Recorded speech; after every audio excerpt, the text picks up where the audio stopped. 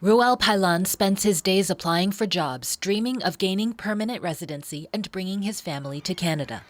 I'm just always thinking for my family, not for myself actually. Pailan's former employer was Azil Natarajan. His store on the west side of Toronto was approved to hire 34 foreign workers on closed permits, but many left before their work permits expired. Pailan showed CBC his schedule and pay stubs.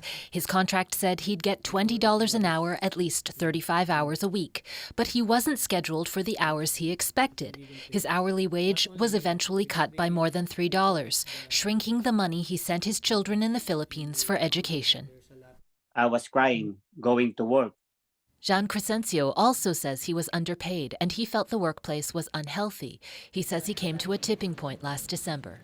He was shouting at me that if I don't want to work with him and if I act like that, he will terminate me. Both men say they quit, a decision made more difficult, Crescencio says, because of their closed work permits. These permits tie employees to a single employer. Quitting could mean the end of an employee's Canadian immigration dream. Work permit it's like a cage.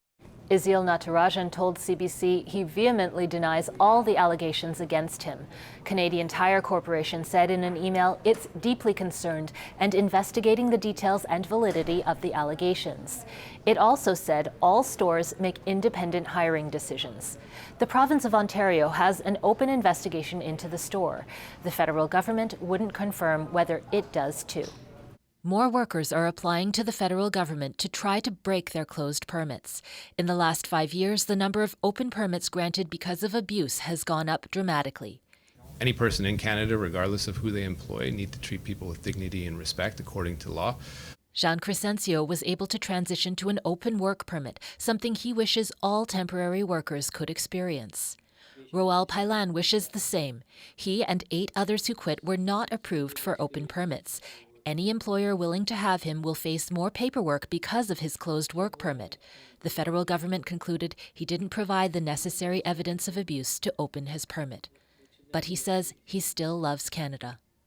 But as of now, my status, I'm still struggling. Shayna Luck, CBC News, Wolfville, Nova Scotia.